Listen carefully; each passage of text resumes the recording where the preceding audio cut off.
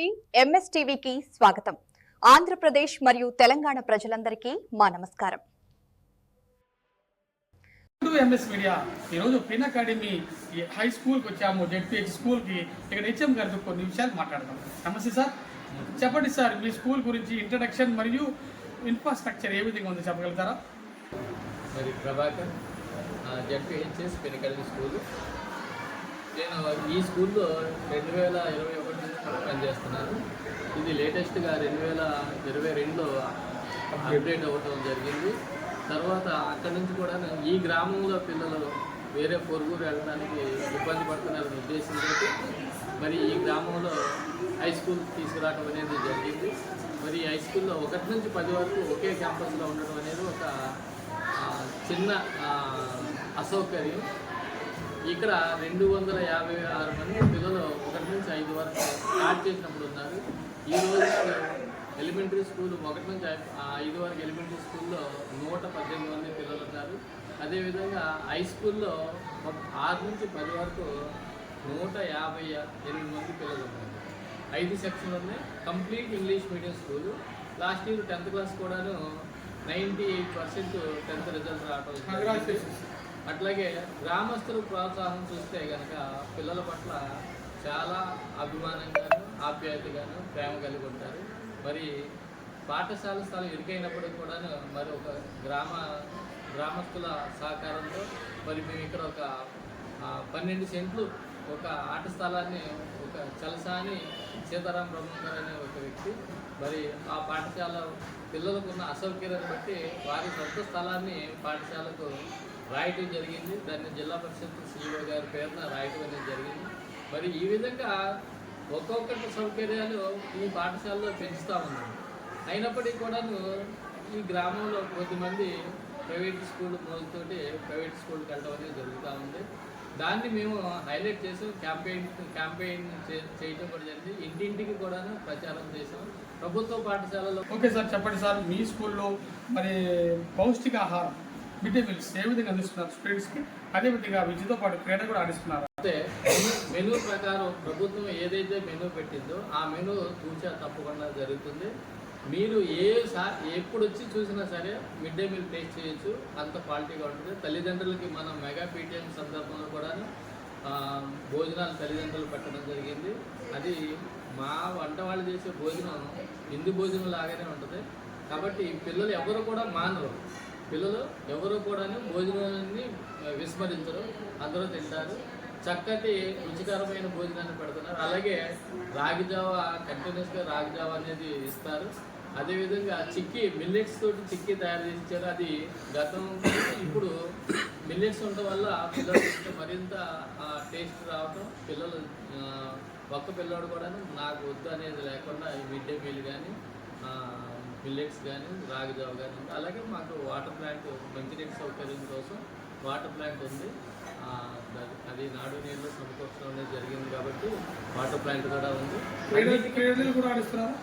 క్రీడా స్థలానికి వచ్చేపాటికి చెప్పాను కదండి ఇందాక, మాకు అక్కడ ఒక 12 సెంట్లు స్థలం ఉంది. అలాగే బడికి ఇటు పక్కన ఇంకొక దాత వేరే స్థలం ఇచ్చారు. దాంట్లో ఆడుకోమని ఈ 2 ప్లేసుల్లో కూడా మేము ఆడుకున్నాం. మా గ్రామస్తులు చక్కటి సదుపాయం చేసి గ్రౌండ్ని లెవెల్ చేయించడం, దాంట్లో ఇసుక పోయించడం, ఆ విధంగా పిల్లలు ఆడుకోవడానికి అన్ని రకాల వసతులు అనేది మా గ్రామస్తుల సహకారం చాలా బాగుందని ఈ సందర్భంగా తెలియజేస్తాం. చెప్పండి సార్, ప్రభుత్వం వారు పిల్లలకి చదువుకోవడానికి ఎటువంటి ఉచిత సౌకర్యాలు, బెనిఫిట్స్ మరియు పథకాలు అందజేస్తున్నారు? మనం ఒక సాధారణమైన చిన్న కాన్వెంట్లోకి వెళ్తే వాళ్ళు మనం ఇప్పుడు సర్వేపల్లి రాధాకృష్ణ కిట్టు అనేది ఏదైతే ఉందో ఆ కిట్టు కోసం వాళ్ళు 5,000 నుంచి ఛార్జ్ చేస్తారు. మరి మన దగ్గర ఉచితంగానే ఇస్తాం. మరి నోట్బుక్ చూస్తే హై క్వాలిటీ అనమాట. హై క్వాలిటీ క్లాస్మేట్ క్వాలిటీ తోటి నోట్బుక్స్ ఇస్తారు. పిల్లలకి సరిపడా నోట్బుక్స్ ఇస్తారు. అలాగే టెక్స్ట్ బుక్స్, బ్యాగ్, షూస్, టై, బెల్ట్, ఎవ్రీథింగ్ ప్రభుత్వం స్పాన్సర్ చేస్తుంది. ఈ కిట్ అంతటా కలిపితే కనీసంగా మేము చెప్పాను, కనీసంగా చిన్న కాన్వెంట్ అయితే 5,000 రూపాయలు, పెద్ద కాన్వెంట్ అయితే వాళ్ళ స్థాయి బట్టి 2,000 రూపాయల నుంచి 10,000, 15,000 ఆ విధమైన ఉంటుంది. మరి పిల్లాడికి చెప్పాలంటే మినిమంలో మినిమం 5,000 రూపాయలు కిట్ ద్వారా వాడికి లబ్ధి పొందుతున్నాడు. అదేవిధంగా చదువు ప్రోత్సాహం కోసం మరి తల్లికి వందనం పేరుతోటి మరి 13,000 రూపాయలు ఇస్తున్నారు. మరి అది మిగిలిన 2,000 ఏదైతే ఉందో అది టాయిలెట్ మెయింటెనెన్స్ కోసం చేస్తూ మరి టాయిలెట్స్ కూడాను రోజుకి 3 సార్లు టాయిలెట్ క్లీన్ చేయడం అనేది జరుగుతూ ఉంది. మరి ఆ విధంగా పిల్లలకి ఎక్కడా కూడాను అసౌకర్యం లేకుండా, అశుభ్రం అనేది లేకుండా హైజీనిక్గా పాఠశాల గ్రౌండ్ అంతా కూడా హైజీనిక్గా ఉందో వాళ్ళు అనారోగ్యం లేకుండా ఉండడం కోసం మళ్ళీ ఐఎఫ్ఈ టాబ్లెట్స్ వేయటం, మరి ఐరన్ ఫోలిక్ టాబ్లెట్స్ వేయటం, ఈ విధంగా మరి నిన్న కాక మొన్న మెడికల్ టెస్ట్ చేశారు, వాళ్ళకి ఇంజక్షన్ కూడా చేయటం జరిగింది. ఈ విధంగా అన్ని రకాల సొంత బిడ్డల్లాగా ప్రభుత్వం అనేది తల్లిదండ్రులు పిల్లలను కేర్ తీసుకుంటుంది. మరి తల్లిదండ్రులు పాఠశాలకు వచ్చి గమనించిన తర్వాత మీ పిల్లలకి ఇక్కడ ఎటువంటి ఫెసిలిటీస్ ఉన్నాయి, ఎటువంటి కేరింగ్ ఉందనేది చూసుకుని ఇక్కడ అన్నీ ఫ్రీ అవ్వటం వల్లే మరి ఒక విధంగా దీన్ని విస్మరిస్తున్నారేమో అర్థం కావట్లేదు. మరి ప్రభుత్వం ఇచ్చే ప్రతి అవకాశాన్ని మనం గ్రేట్గా తీసుకుంటేనే మన పిల్లలకి మన కేర్ అనమాట. మేము స్కూల్ గేటు 9 గంటలకు గేట్ వేస్తే మళ్ళీ 4 గంటల వరకు గేట్ నుంచి పిల్లలు బయటకు వెళ్ళకుండా అటువంటి సెక్యూరిటీ ఉంది. మాకు ఒక పీడీ ఉన్నారు, ఆ పీడీ సహకారంతో మరి ఆటలాడించడం కానీ కంప్లీట్ సెక్యూరిటీ తోటి కంప్లీట్ డిసిప్లైన్ తోటి పిల్లల్ని పెంచడం అనేది జరుగుతుంది. కాబట్టి మరి తల్లిదండ్రులు గమనించి మరి ప్రభుత్వ పాఠశాల వైపు చూడాలి. ఒక ఉదాహరణ చెప్తే, చిన్న ఉదాహరణ, నేను అంటే మా స్టాఫ్ సమ్మర్లో మేము డోర్ టు డోర్ క్యాంపెయిన్ చేసాం ప్రభుత్వ పాఠశాలలో చేర్పించడానికి. ఒక సింగిల్ గదిలో ఉంటూ 4 అంటే 2 తల్లిదండ్రులు 2 పిల్లలు ఒక కుటుంబంలో ఉంటూ ఒక చిన్న గదిలో నెలకి సంవత్సరానికి 50,000 రూపాయలు 2 పిల్లల మీద బయట కాన్వెంట్లో కడుతూ ఆ ఇరుకులోనే మగ్గుతున్నారు తప్ప, మరి అట్లా పోల్చినట్టే మా స్కూల్లో పర్సంటేజ్ కంటే వాళ్ళకి వచ్చిన ఆ పిల్లలకి వచ్చిన మార్కులు తక్కువే. కనీసం ఇంటి వసతులు కూడాను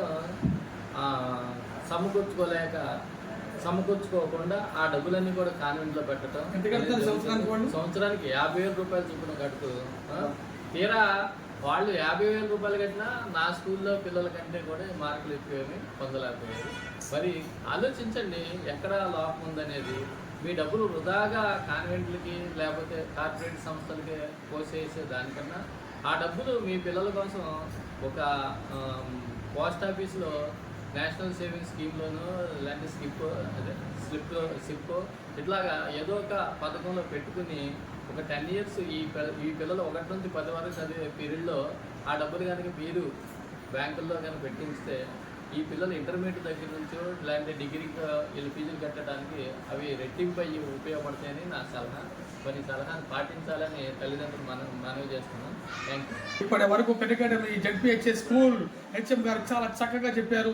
ఎందుకంటే మీ డబ్బులు వేస్ట్ చేసుకోకండి, ప్రైవేట్ స్కూల్స్కి వద్దు, గవర్నమెంట్ స్కూల్స్కి రండి, మమ్మల్ని నమ్మండి అని అంటున్నారు.